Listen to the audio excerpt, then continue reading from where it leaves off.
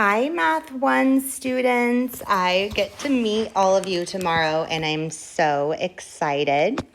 In the meantime, let's go over 6.1.4. This is all about putting word problems into mathematical equations and then solving them.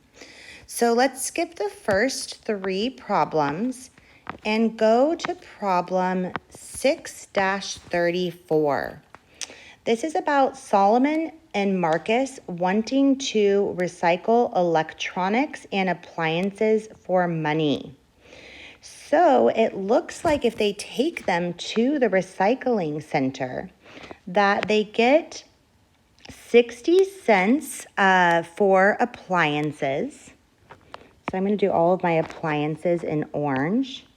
And then they get $1.50 per pound for the electronics, but there's always a but. There is a $27 hazardous waste fee that has to be paid to recycle the electronics. The first equation we're going to write is one that represents how much Solomon would earn by recycling electronics. Well, we know that he gets $1.50 per pound. So I'm going to do Y for the money he's going to receive equals $1.50 times X, how many pounds he recycles. But remember that he has to pay $27 for recycling electronics. So I have to subtract $27 from the money he makes. And then we need to write another equation that represents how much Marcus earns from recycling appliances. Well, we don't have to pay to recycle appliances. We just get 60 cents per pound. Again, X represents the number of pounds. Well, how many pounds would they both have to recycle if they wanted to earn the same amount of money? Well, that means we want to solve for X, but we have two different equations. They're both in the Y equals form. So let's go ahead and set those equations equal to one another. So I'm going to do $1.50x minus 27 equals 0.60x, and then solve for X. Let's subtract 0.60x on both sides to get 0.90x minus 27 equals 0. Add 27 to both sides of the equation to get 0.90x equals 27. Divide both sides by 0.90. And we get that X equals 30.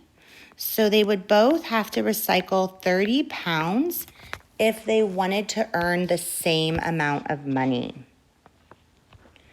Next, we are going to be solving for distance. Morgan decided to ride a bike before it got too hot. She left the campsite and rode her bike at a speed of 16 miles per hour. This is a rate. And she rode her bike for an hour and a half, 1.5 hours. This is a time. How far did she go? We are solving for distance. You need to remember this very important equation. Distance equals rate times time. Well, we know the rate, we know the time. Let's plug it in to find the distance. The rate is 16. The time is 1.5 hours. And when we multiply that out, 16 times 1.5 is 24 miles. B, Morgan's dad went to get groceries at the campsite store at the bottom of the mountain. He drove 20 miles per hour. That's a rate. For 0.4 hours, that's a time. How far did he drive? Well, that's the distance we're trying to find out. Let's use this same equation that you have to just keep in the back of your head. Distance equals rate times time. So we know the rate is 20 miles per hour. The time is 0.4. Let's multiply those together to get 8 miles. C. When Morgan's dad returned to the store, he went for a jog. He jogged for 1 hour and 15 minutes, that's a time, at a pace of 4.8 miles per hour, that's his rate. How far did he jog?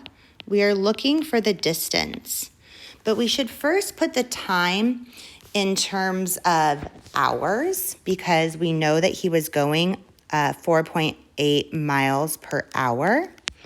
So I know that 15 minutes is 1/4 of an hour.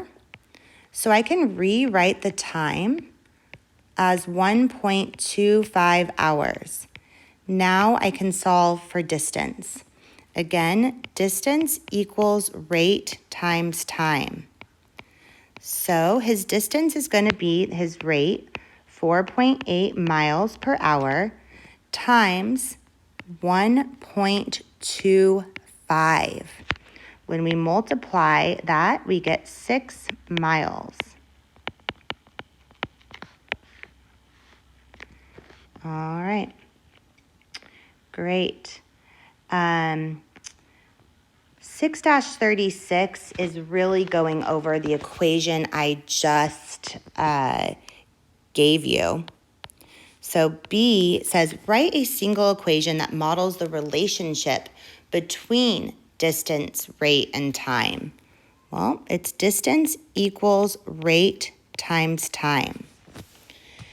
C, Morgan's older sister, will be driving from her house to the campsite.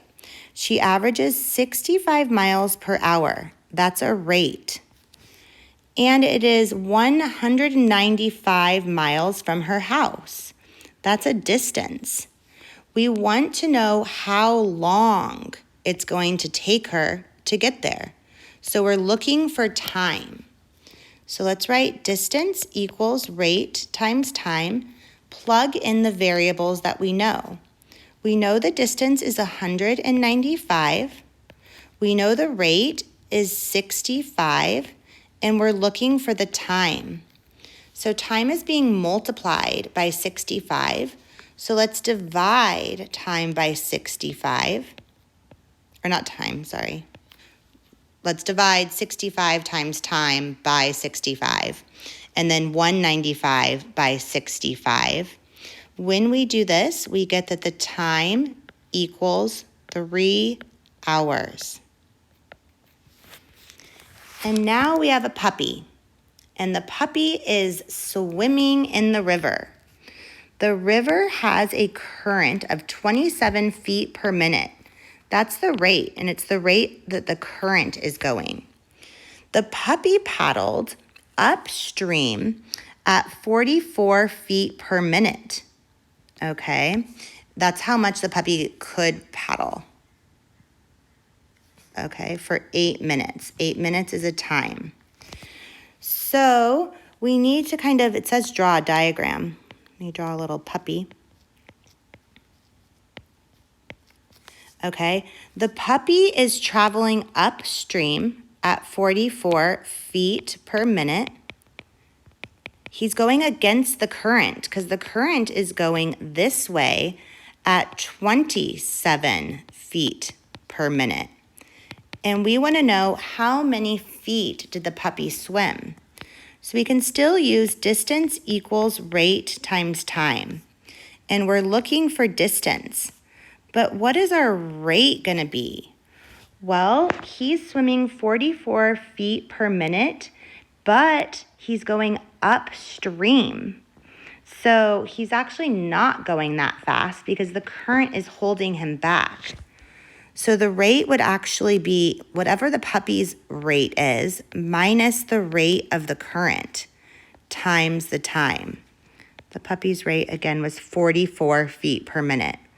So our distance is going to equal 44 minus the rate of the current times the time he swims, and that is 8 minutes. So when we do 44 minus 27 times 8, we get 136 feet. Okay, let's skip E. And now for our last one for classwork, and then I'll have you do the review and preview for homework. This is talking about going kayaking versus canoeing.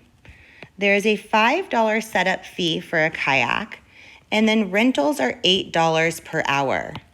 Let's write an equation to know how much money we're going to spend. Y is going to be how much money we're going to spend. 8 times X is going to be the hours that we are on the kayak. Plus, we must pay this initial $5. That's our y-intercept. Okay, so this is for a kayak. Well, how much is a canoe? A canoe looks like it's $9 to set up. And how much per hour? It looks like it's going up by 6 per hour. So if we were to write a canoe equation,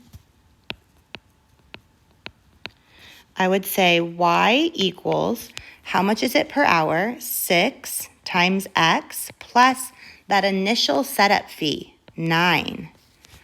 Well, they're asking, how long do I have to ride either the kayak or the canoe in order for it to be the same amount of money? Well, these are both, again, in y equals form, like the first problem we did. So let's set them equal to each other.